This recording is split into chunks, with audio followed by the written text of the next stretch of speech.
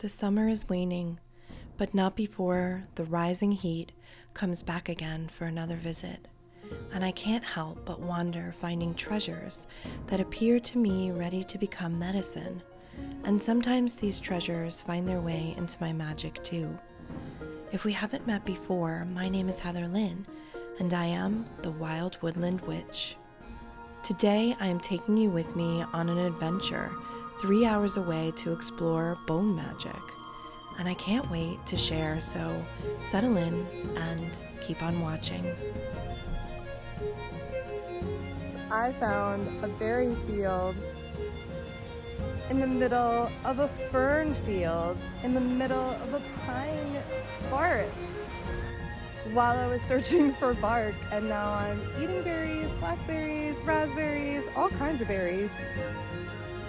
Some I don't know, so I'm not going to eat them, but I will definitely come back once I find out what they are.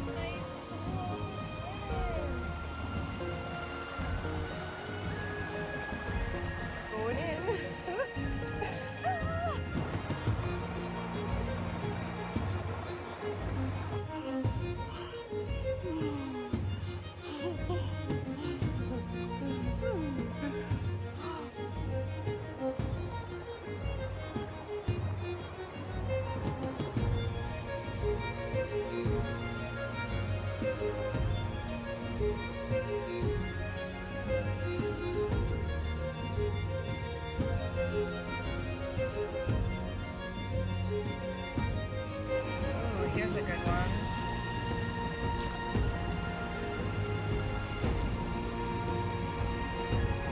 Let's make a wish for all of us. Let's make a wish for an amazing end of summer, like a long end of summer that is just full of so much like growth and activity and just doing and evolving and just magic, just letting magic in.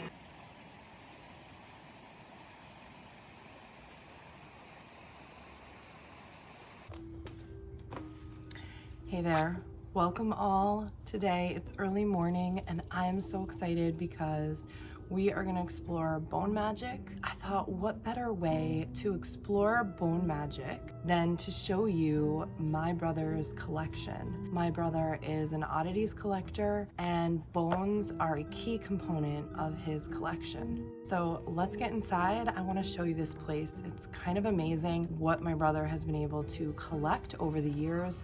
He started out as a photographer, which led him into exploration into abandoned buildings. And as he explored abandoned buildings, he found a lot of different odd things. A lot of it had to do with psychiatric patients, things that doctors had left behind. And that began his first sort of collection. As he explored the community, the oddities community, he realized that he absolutely is fascinated with bones. In fact, my brother, when he was a small child and was asked, what do you want to be when you grow up? He told his teacher, I want to be a skeleton. Even as a young child, he's always been extremely fascinated with bones. There are probably many witches out there who really love the oddities community already. Cradling the femur bone. I don't know if this is a femur bone. I have to ask my brother what this is. What is this? Oh my gosh, it has like a heart. It's a walrus baculum, which is the penis bone of a walrus. The Inuit people would call it an usick, spelled O-O-I-S-K. And it also has a beautiful heart. Well, it does. So humans don't have baculums, but right. Like raccoons, fox.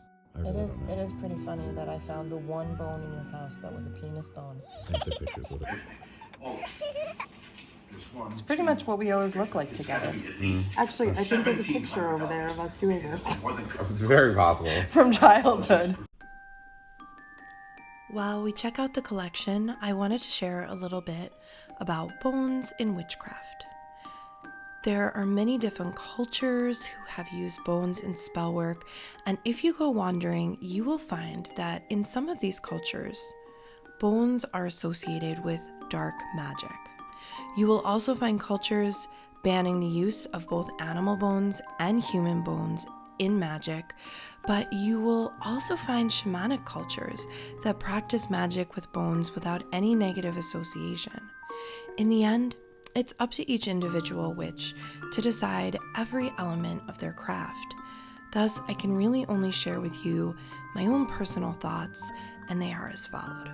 Bones themselves hold mystery because they are what is left behind long after one is gone. So there is an element of fortune telling or oracle work when it comes to bones, and they have long been used in the art of divination. As I developed as a witch over the course of my life, my tools of the trade continue to be green. I'm a plant witch through and through, but deeper than this, I do believe that the tools we find in nature, whether plant, bark, or bone, are there to be used in spell work, and I will continue to work with bone because of the power within. Like a crystal, I can feel the power in bones.